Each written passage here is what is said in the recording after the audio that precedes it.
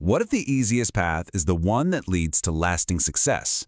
Welcome back to The Explainer.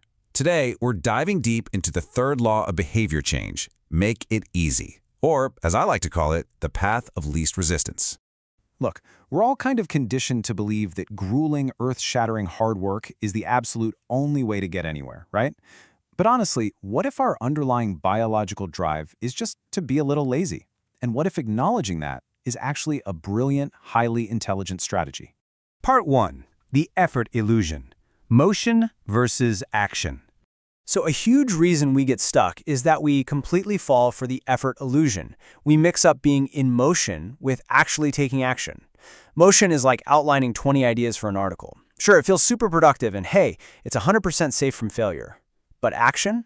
Action is facing that blank page and actually writing one single article. Motion alone will never give you an outcome. Only action delivers. This means we really need a fundamental shift in how we approach our goals. We've got to stop just planning and actually start practicing. The mantra here is small steps, big results. It's not about some massive, heroic initial effort. Part 2, repetition over perfection. It's time to get your reps in. The absolute secret to mastering a new habit isn't meticulously mapping out every detail before day one. It's literally just practicing it, over and over. When you repeat an action, you're physically changing your brain.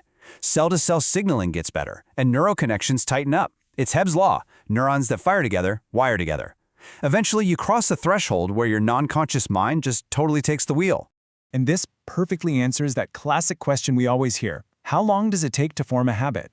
Research shows that for someone starting a habit like walking 10 minutes a day, the automaticity shoots up with repetitions. It really doesn't matter if it's been 21 days or 30 days. Habits form based on frequency, not time. Part 3. The law of least effort. Embracing convenience.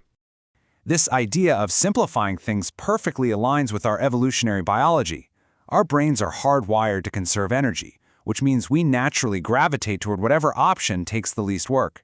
So instead of constantly fighting that biological urge, we need to leverage it, use it as a strategic tool by clearing out the barriers. The absolute best way to make practice happen is to just make it easy. Okay, so how do we actually do that? Environment design. If you want to work out, prep your workout clothes the night before. Need distraction-free time? Literally keep your phone in another room until lunch. Want to read more? Leave a book right on your pillow to remind you to read just one page. By adding friction to your bad habits and reducing friction for the good ones, success becomes almost effortless. It's addition by subtraction. Part 4. The 2-minute rule. Downscaling your habits. Now, even if you have the perfect environment, that initial burst of motivation often tricks us into doing way too much too fast. To stop that from happening, we have to downscale our ambitions using the 2-minute rule. The rule is simple. A new habit should take less than 2 minutes to do. Read before bed each night shrinks down to read 1 page. Do 30 minutes of yoga becomes take out my yoga mat. That's it. Let's look at how this builds through habit shaping. Say your goal is to start exercising. You don't jump into a grueling CrossFit session.